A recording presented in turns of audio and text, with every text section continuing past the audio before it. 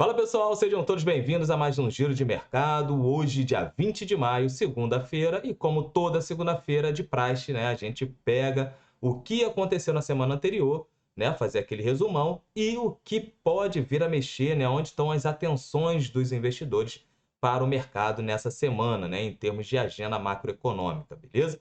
Bom, então, antes de mais nada, vou me apresentar para vocês, né, que está chegando aqui agora no canal. Quem vos fala sou eu, Vinícius Vilas Boas, assessor de investimentos da XP Investimentos, sócio do escritório Cashwise e idealizador aqui do canal, tá? Então, chegando agora, né, depois não deixe de dar o like, compartilhar esse vídeo com seus amigos, né, se inscrever no canal, ativar o sininho de notificação. E caso você não tenha conta na XP, na descrição do vídeo tem um link para abertura de conta, certo? Então, clicando nesse link, você vai abrir a sua conta na XP, será assessorado diretamente por mim, né? E assim que aparecer na minha base de clientes, eu entrarei em contato para poder fazer uma entrevista com você, né? Uma reunião, para que eu possa entender melhor o seu momento de vida, seus objetivos, para que eu possa assim formatar a melhor estratégia de investimentos voltado para os seus objetivos, tá bom? Então, não deixe aí de abrir a conta na XP, caso você ainda não tenha a conta, beleza?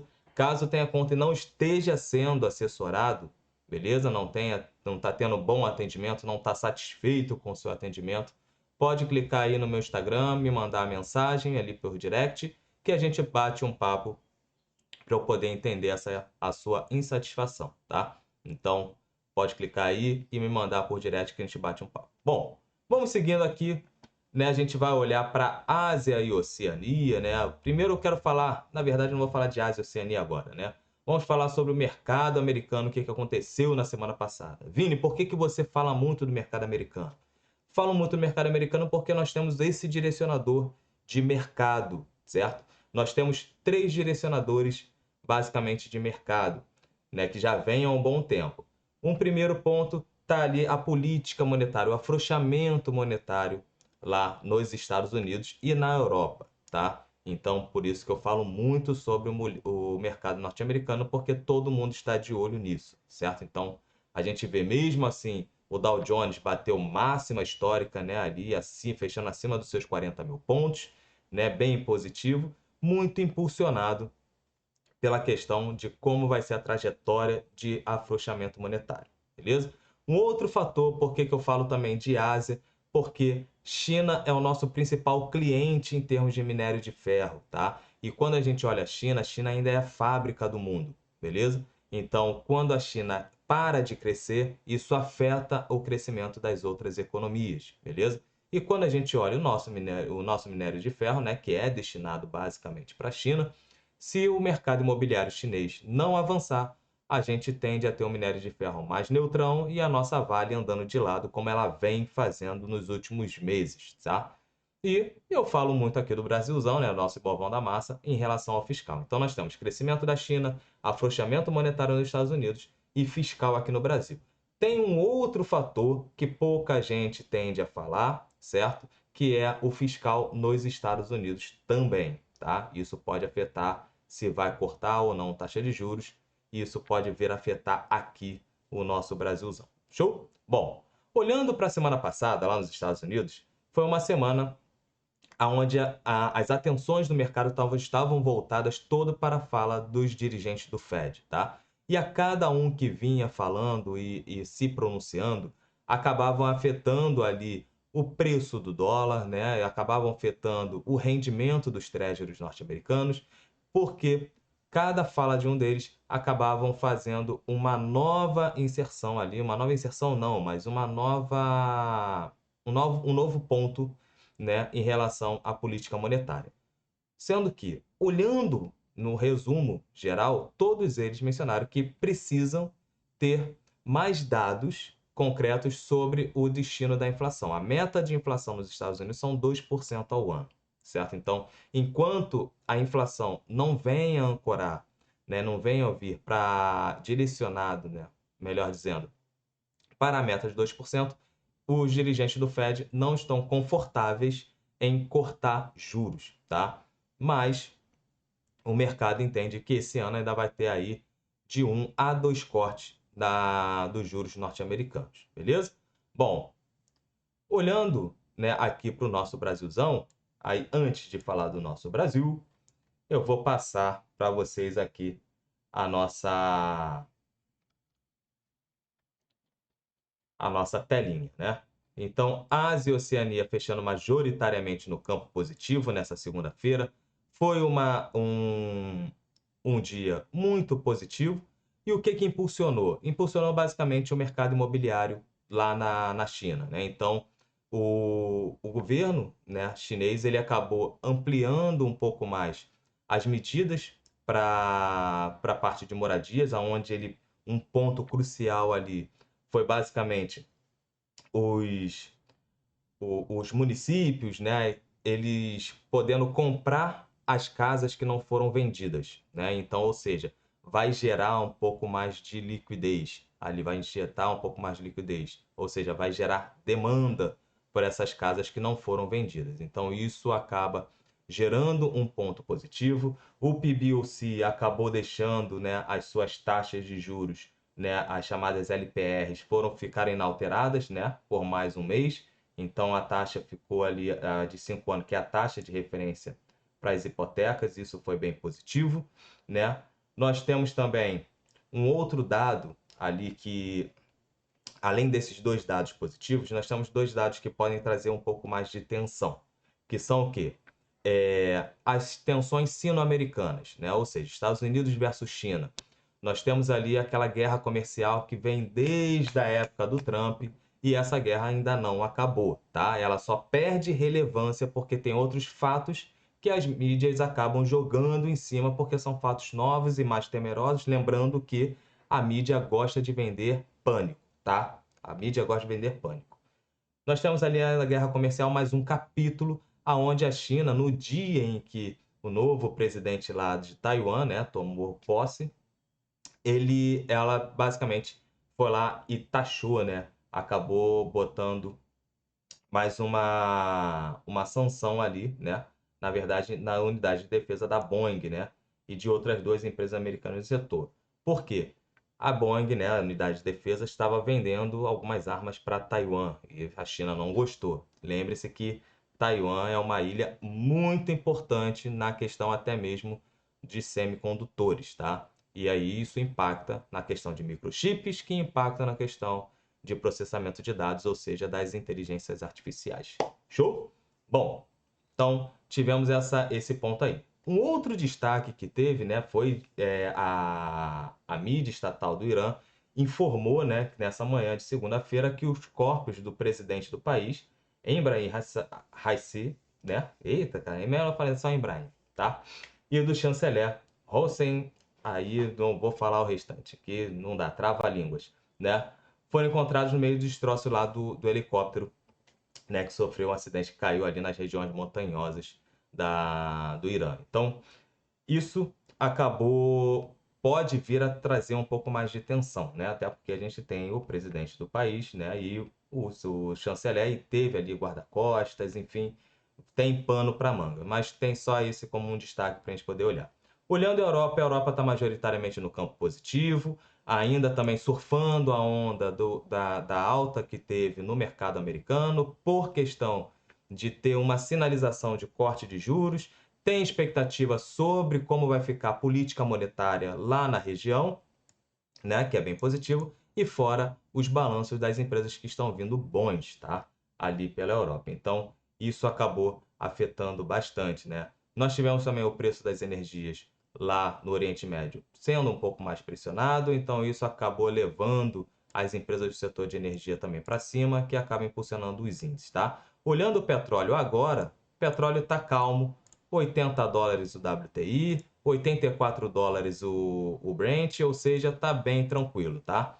Índice dólar também tranquilo, 0,04% de alta, ou seja, tá no 0 a 0, não tem direcional nem para cima nem para baixo. Lembrando que o dólar, ele tem o direcional para cima e para baixo a partir de 0,25, 0,30%, tá?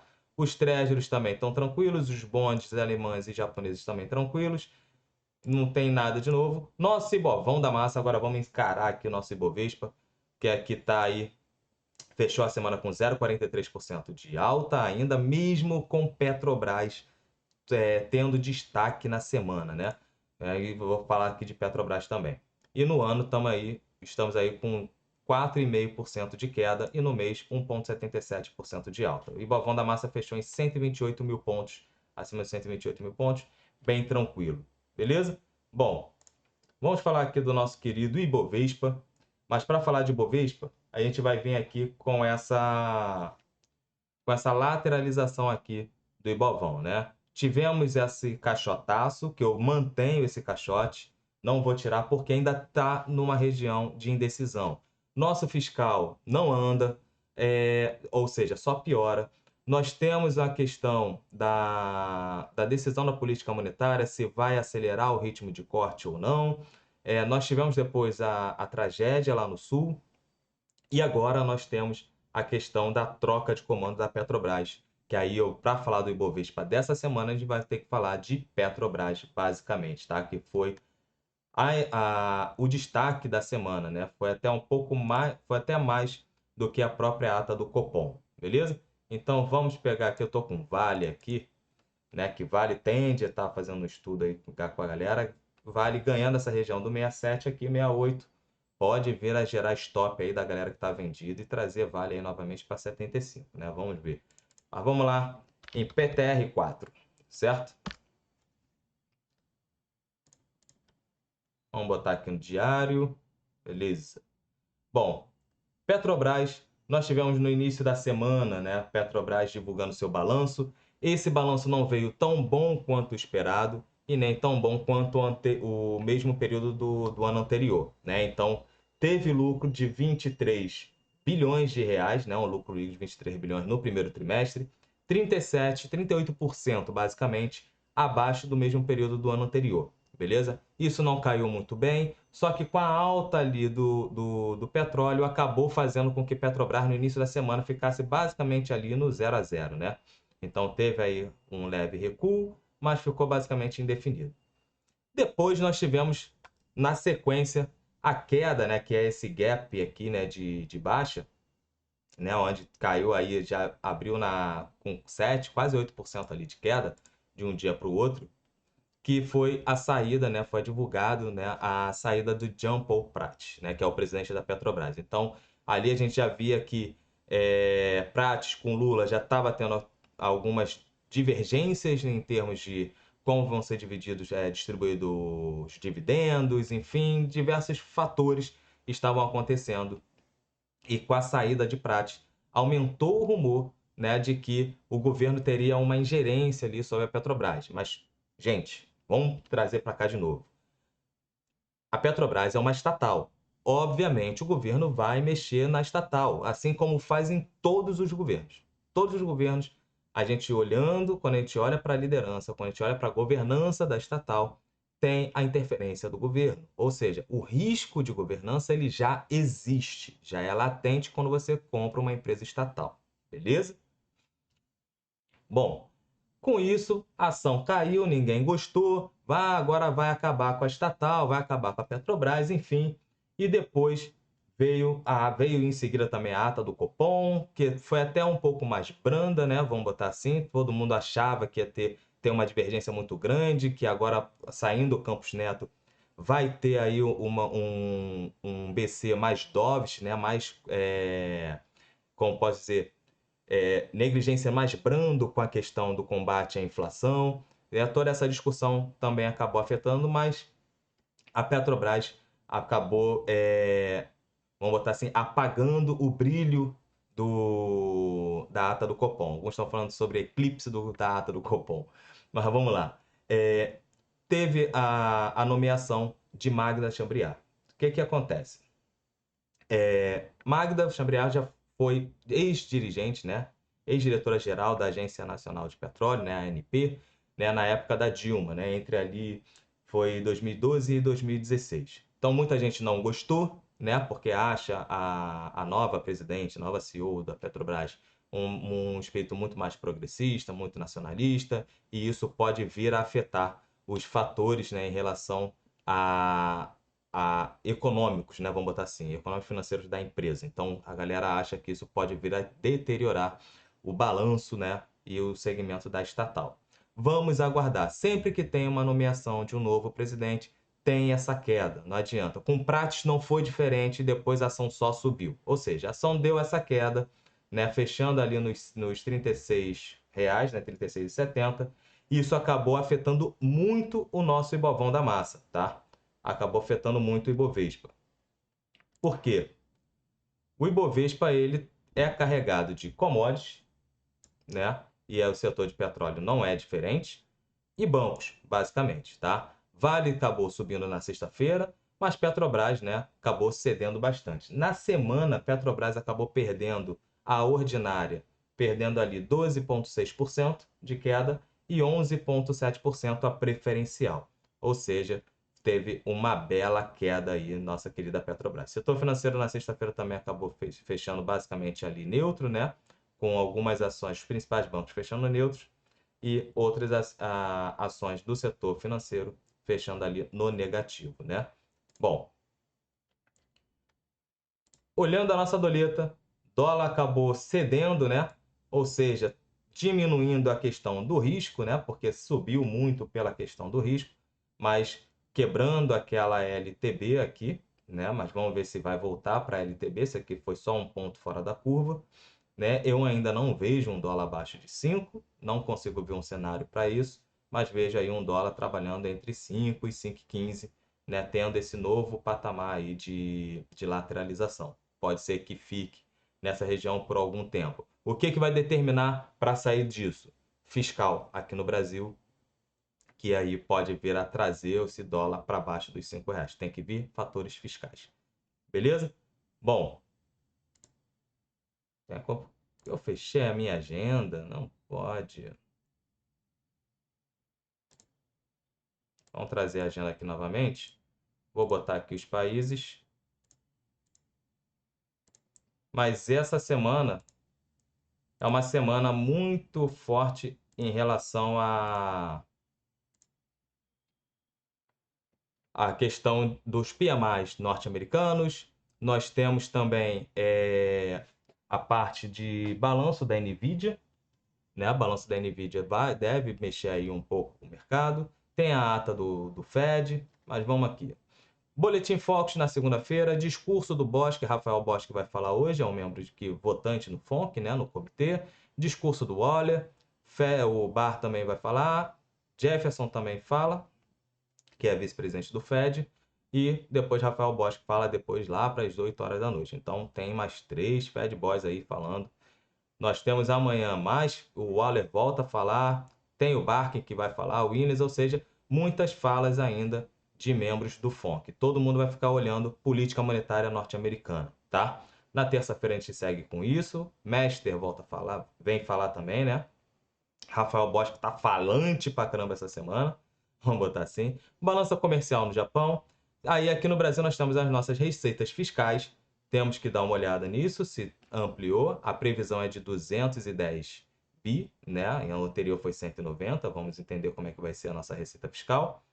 Bom, indo para quarta-feira, temos inflação lá no Reino Unido, vendas de casas, que não vai mexer muita coisa, e ata da política monetária do Fed, na quarta-feira, 15 horas da tarde. Aqui a gente vai entender o que está na ata que não ficou tão claro assim no discurso, tá? Isso pode vir a movimentar mercado. Dando sequência, temos indicadores de atividade econômica, né? PMI industrial lá na zona do euro, que vem ali pela Alemanha, principal economia do bloco. Nós temos aqui a parte de resultado do BC, né? Pedidos iniciais de seguro-desemprego na quinta-feira, índice de atividade, que é uma série de PMIs aqui nos Estados Unidos, né? Índice de preço ao consumidor, CPI, lá no Japão, né? Inflação japonesa, e temos aí leilão de NTN e LTN. O que a gente tem que acompanhar aqui nessa parte do leilão, certo? É a questão como vai ser a demanda para esses papéis. Porque o nosso fiscal está subindo, essa dívida ela precisa ser financiada, tá? Ela precisa ser financiada. Agora, a dívida é financiada como? Transformada em tesouro, letras do tesouro, tá? Títulos públicos. Se não tiver demanda sobre esses títulos para poder financiar, Isso acaba dificultando o financiamento da dívida brasileira, tá? Aí pode vir a aumentar risco Brasil, e aumentando o risco Brasil, aí automaticamente o prêmio sobre o risco aumenta, tá? Ainda mais sobre as ações. Beleza? E na sexta-feira nós temos vendas de varejo lá no Reino Unido, confiança do consumidor aqui no Brasil, transações correntes, investimentos estrangeiros, né? Encomendas de bens duráveis, isso aqui também impacta, tende a gerar movimentação, 9h30 da manhã na sexta-feira, e sentimento do consumidor lá nos Estados Unidos. Show? Bom, esse é o giro de mercado de hoje. Muita atenção com o capital de vocês, né? Tenham todos uma excelente semana e até quarta-feira com mais informações aqui no canal. Valeu!